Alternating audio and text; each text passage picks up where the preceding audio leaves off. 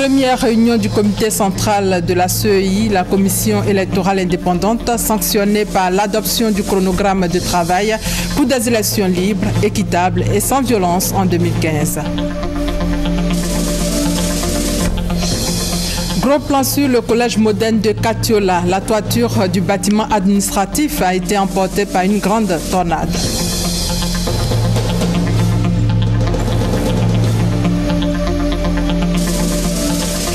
Et puis 15 morts dans l'attaque d'un établissement universitaire au Nigeria. Il est 13h à Abidjan. Bienvenue à tous. La commission centrale de la commission électorale indépendante CEI a tenu hier sa première réunion depuis la mise en place du bureau de la CEI il y a 2 semaines. Une rencontre pour dévoiler le plan de travail de cette institution pour des élections libres et sans violence en 2015. On fait le point avec Léon Brou. Ajustement des règles et dispositifs en matière d'élection, révision de la liste électorale, préparatifs du scrutin présidentiel de 2015 à proprement parler, ce sont dans l'ordre des activités au programme de la commission centrale de la CEI, la commission électorale indépendante. Ce chronogramme prévoit comme première activité des séances de formation pour la mise à niveau des commissaires centraux en vue de la maîtrise des procédures de l'institution. La finalité, organiser en toute impartialité des élections libres et transparentes qui évitent à la Côte d'Ivoire d'autres crises post-électorales. En tout cas, l'ambition est affichée et le président Youssoufou Bakayoko y engage ses collaborateurs car, dit-il, il s'agit de faire de l'instrument électoral un modèle de démocratie tout en consacrant la différence entre la CEI version 2010 et celle en charge des élections de 2015.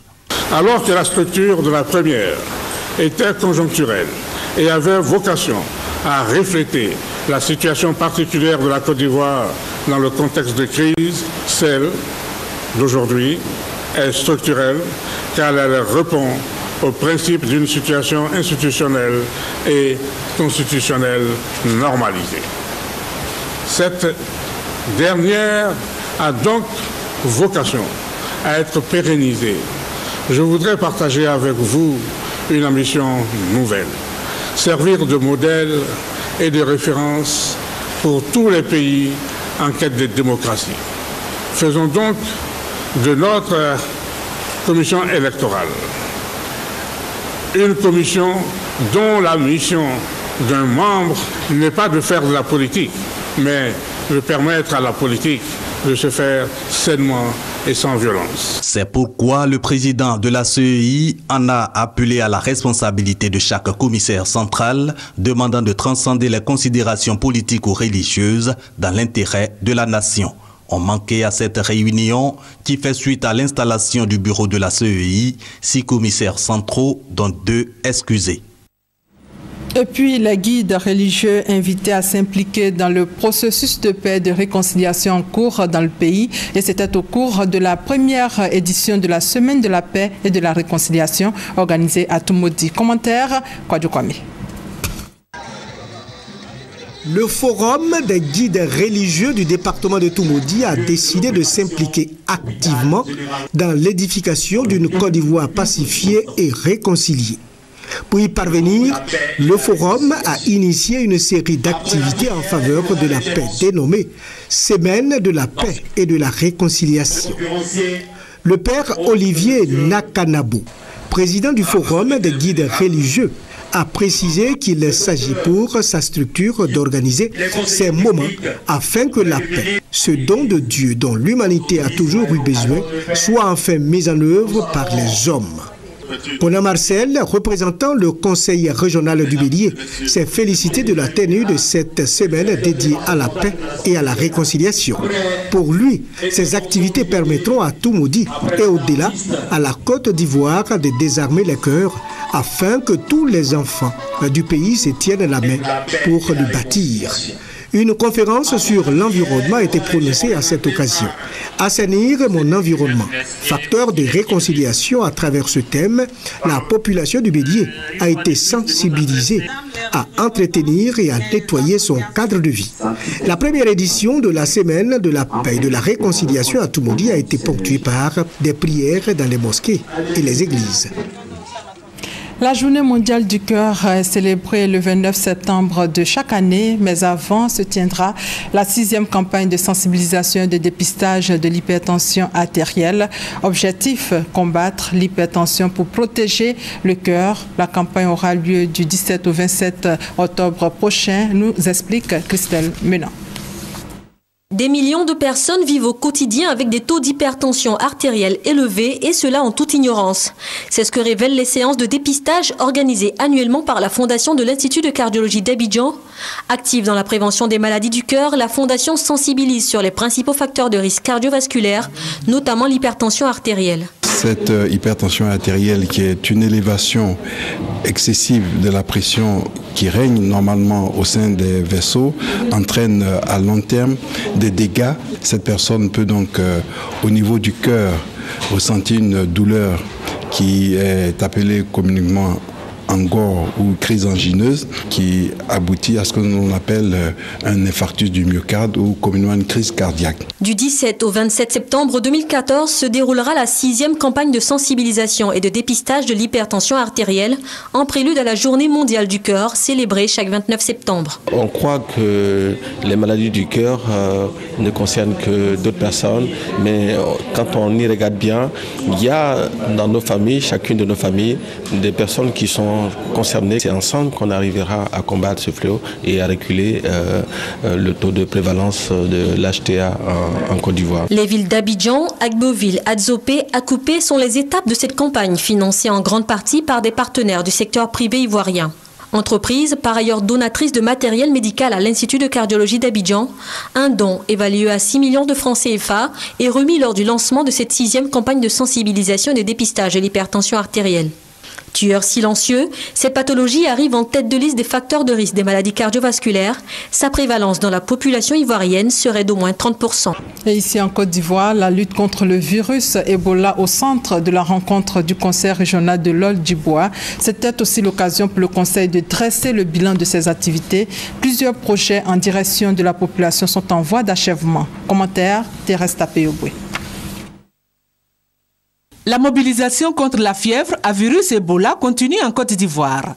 Dans le Lot-du-Bois, département de Divo, à l'occasion de la 2e session du Conseil régional, le préfet Joseph Pandro a rappelé à tous la nécessité de vulgariser les mesures de protection contre le virus Ebola qui sévit dans la sous-région. L'administrateur civil a invité les conseillers régionaux à être des relais efficaces de l'État auprès des populations afin que cette maladie, qui a fait plus de 2400 morts dans les pays voisins, n'entre pas en Côte d'Ivoire en général et dans le Lot-du-Bois en particulier. Autre sujet abordé au cours de cette session, l'état d'exécution des projets en direction de la population. En effet, sur 98 projets, 43 ont effectivement démarré et d'autres en voie d'achèvement, notamment l'électrification du site qui va abriter plusieurs usines de transformation de produits agricoles et une école supérieure agronomique dans le village de Dagrom. Ces projets qui concernent l'éducation, la santé, l'hydraulique, l'électrification et les infrastructures routières vont coûter environ 6 milliards de francs CFA. Plus de 2500 personnes décédées de la fièvre Ebola. La situation est inquiétante, surtout en cette période de rentrée scolaire. Le ministère de l'Éducation nationale, à travers la direction de la mutualité des œuvres sociales en milieu scolaire, s'implique dans la sensibilisation. Un atelier est organisé à cet effet, nous dit Noussangaré et Serge Gongoumé. Plus de 2500 personnes décédées de la fièvre hémorragique à virus Ebola. Face à la virulence de cette maladie dans la sous-région, le gouvernement ivoirien entame depuis quelques mois une campagne de sensibilisation contre cette pandémie. La direction de la mutualité et des œuvres sociales en milieu scolaire, DEMOS, ne veut pas rester en marge de cette campagne de sensibilisation. Pour ce faire, elle a organisé un atelier de formation des membres du Conseil consultatif de l'éducation nationale et de l'enseignement technique, CCNET. Objectif, renforcer les capacités des membres de ce conseil afin que ces derniers soient des relais d'information auprès des acteurs du système éducatif ivoirien. Il faudrait que chacun puisse être sensibilisé de la façon la plus nette possible si nous voulons que le virus n'ait pas accès à nos écoles. Avec un poids démographique de 4 622 683 personnes, le secteur éducation-formation représente près de 21% de la population nationale. C'est pourquoi, pour les participants, cet atelier de formation sur la fièvre hémorragique à virus Ebola est la bienvenue. Nous allons bénéficier de cette formation pour permettre à nos enfants de s'approprier ces nouveaux réflexes, faire en sorte que le lavage des mains soit systématique et au-delà, faire en sorte que toute la communauté soit formée également. Ce sera d'une très grande utilité parce qu'avant d'aller vers les établissements privés, il faut que nous-mêmes nous soyons suffisamment outillés pour en parler autour de nous. La maladie a été découverte en 1976 près du fleuve Ebola en République démocratique du Congo. Jusqu'à ce jour, aucun cas n'a été déclaré en Côte d'Ivoire. Les élèves de l'école primaire publique de Kouté Village entament une bonne rentrée scolaire.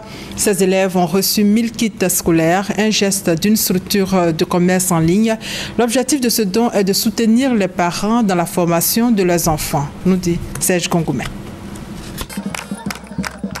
Lueur d'espoir pour les élèves de l'école primaire publique de Kouté Village et leurs parents. Des kits scolaires et des sacs d'une valeur de 4 millions de francs CFA. C'est le don fait aux élèves de l'établissement par l'entreprise Jumia, une structure de commerce en ligne. Coût du don, 4 millions de francs CFA. Les responsables de cette entreprise entendent contribuer ainsi aux efforts de formation des élèves et de développement en Côte d'Ivoire. Pour les communautés villageoises et éducatives, ce geste attend soulagement.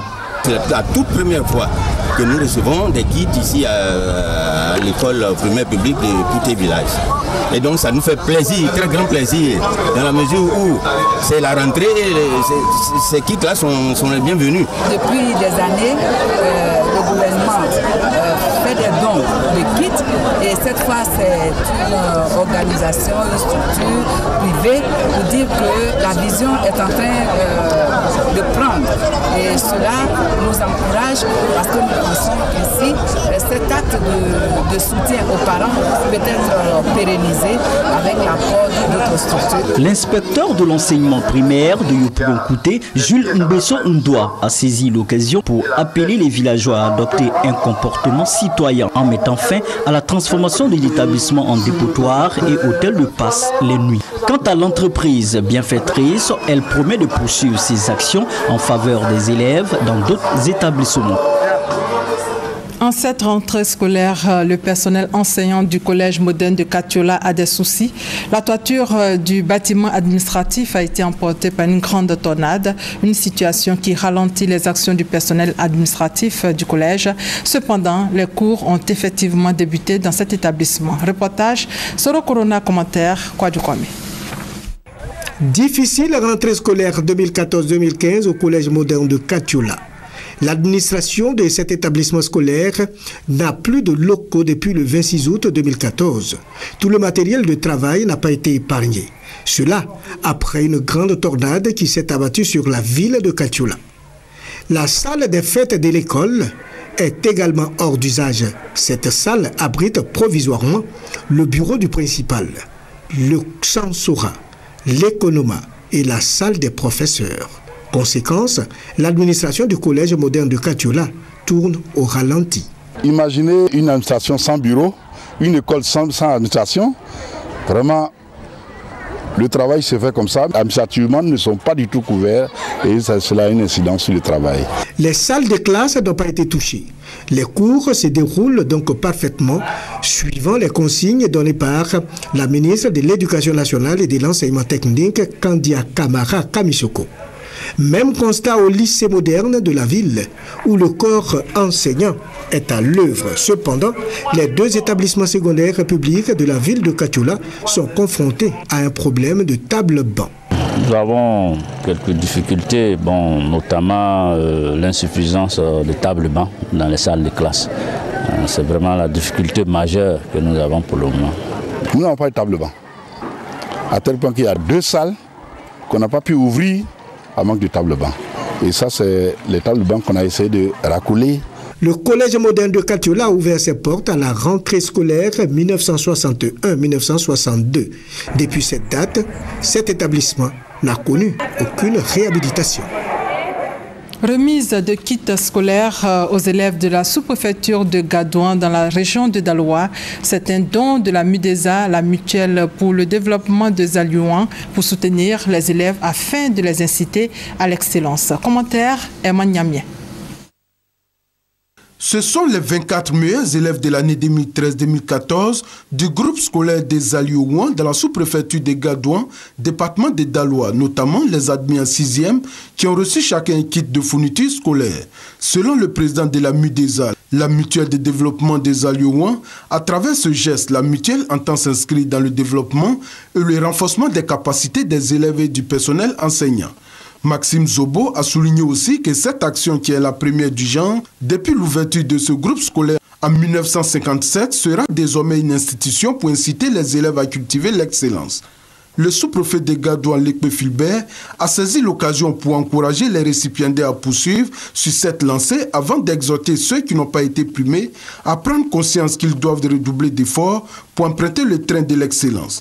Des propos soutenus par le conseiller pédagogique Kassi Kwame, le chef du village et les responsables des COGES qui se sont également félicités de cette initiative qui vient combler les parents en cette rentrée scolaire.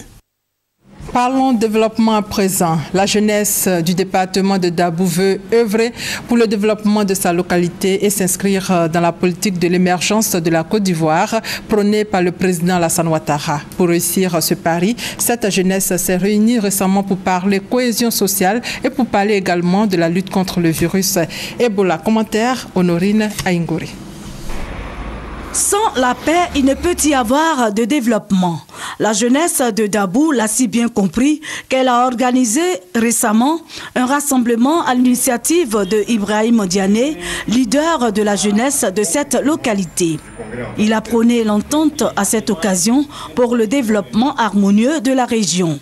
Il a été aussi question de la lutte contre le virus Ebola. Je tiens à remercier le gouvernement de la Côte d'Ivoire, notamment le président Alassane Ouattara, pour l'initiative prise par rapport aux préventions de l'Ebola. Et je profite aussi de l'occasion pour lancer un appel à tous mes camarades jeunes, à toute la population ivoirienne, à suivre ces instructions-là, afin que l'Ebola puisse rester loin des frontières ivoiriennes. Cette rencontre a mobilisé la quasi-totalité de la jeunesse de Dabou, signe de son engagement à œuvrer pour le développement de sa région. Et dans le domaine de l'agriculture, la Fédération nationale des travailleurs du textile, du coton et de l'anacade a désormais son siège à Boaké. Il a été inauguré en présence de nombreux acteurs de ces deux filières. Cette fédération veut apporter sa contribution à la relance de la filière coton. Reportage Soro Corona, commentaire Kader Sogodogo. Regroupés au sein de la Fédération nationale des travailleurs du textile, du coton et de l'anacade, FENAT Kassi, les acteurs des filières coton et anacade ont fédéré leurs forces et énergies afin de rendre ces filières plus dynamiques et compétitives. Pour plus d'efficacité et de rentabilité sur le terrain, cette fédération a désormais un siège à Boaké. Il a été officiellement ouvert et présenté aux acteurs des filières. Les différents intervenants ont encouragé l'initiative de la Fédération nationale des travailleurs du textile, du coton et de l'anacade. Le PCA de l'Intercoton a exhorté les membres de la fédération à plus d'actions sur le terrain afin de relancer la filière coton. Sekongo Drissa, président de la FENAT Kassi, a demandé aux acteurs de fréquenter le nouveau siège dans le but d'être informés sur la vie de la fédération et des filières coton anacade. La filière coton vient de loin. La crise avait beaucoup effondré la filière. Cette dernière année, les acteurs ont beaucoup travaillé pour rehausser la filière à un niveau que nous connaissons aujourd'hui.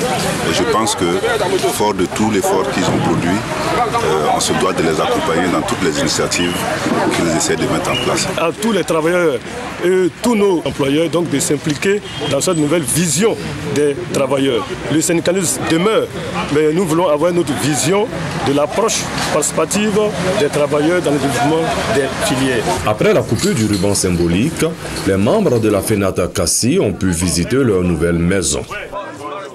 Une conférence sur la certification internationale agricole a réuni à Yamoussoukro tous les acteurs du secteur. Objectif, réfléchir sur les problématiques liées à la certification des produits agricoles africains. Reportage, Charles Tatou. Les marchés occidentaux prennent des mesures contraignantes et renforcent le cadre juridique et légal sur l'entrée des produits agricoles africains. La certification est l'un des processus indiqués pour garantir à ses consommateurs européens la provenance d'un produit et le respect de certaines pratiques. Face donc aux enjeux que représente l'agriculture dans l'économie ivoirienne, certaines structures du domaine agricole s'engagent à apporter leur contribution à la prise de conscience des différents acteurs, mais surtout des États des pays producteurs pour leur implication dans le processus de certification. L'exemple de Cory Gins, qui, à travers une conférence internationale sur la certification, a réuni à Yamoussoukro les différents acteurs africains et européens des filières agricoles. En Côte d'Ivoire, nous avons 300 000 tonnes de cacao certifiées. Nous avons 16% du café mondial qui est certifié et 90% de la banane ivoirienne certifiée. Que fait l'État pour accompagner les producteurs? Quelle politique d'encadrement est mise en place justement pour que ces producteurs puissent être conformes aux normes internationales? Et quel financement est mis à leur disposition pour qu'ils puissent mettre en œuvre ces programmes de certification? Donc c'est la raison pour laquelle nous avons invité tous les acteurs du système, c'est-à-dire les producteurs, les exportateurs, les industriels, les organismes de certification eux-mêmes, l'État et les organismes de financement, pour qu'on puisse trouver ensemble des solutions idoines et mieux améliorer le processus de certification. Very good. It's very relevant. Quand vous regardez le monde agricole de façon générale, l'Afrique est en retard. Et vous regardez par exemple les pays de l'Amérique latine, le Vietnam et autres, ce sont des pays qui ont la certification. Donc, l'objectif de l'Afrique, c'est d'abord de lever les contraintes qui bloquent son évolution. Une fois que ces contraintes sont levées, en ce moment-là, l'Afrique va viser la qualité et naturellement vers la certification. Durant 3 jours, les participants mèneront des réflexions sur les réponses adéquates aux problématiques liées à la certification. De même, ils identifieront et définiront le rôle de chaque acteur. Dans l'actualité sportive, demain dimanche au stade Champrou de Makori, le CW Sport de San Pedro affronte l'AS Léopard de Dolisie dans le cadre des phases allées des demi-finales de la Coupe africaine de la Confédération de football. Les Ivoiriens espèrent ce dimanche prendre une option sérieuse sur les Congolais en vue d'une place en finale. L'accès au stade est offert gracieusement au public. Et voilà, c'est la fin de ce journal. Merci de votre fidélité.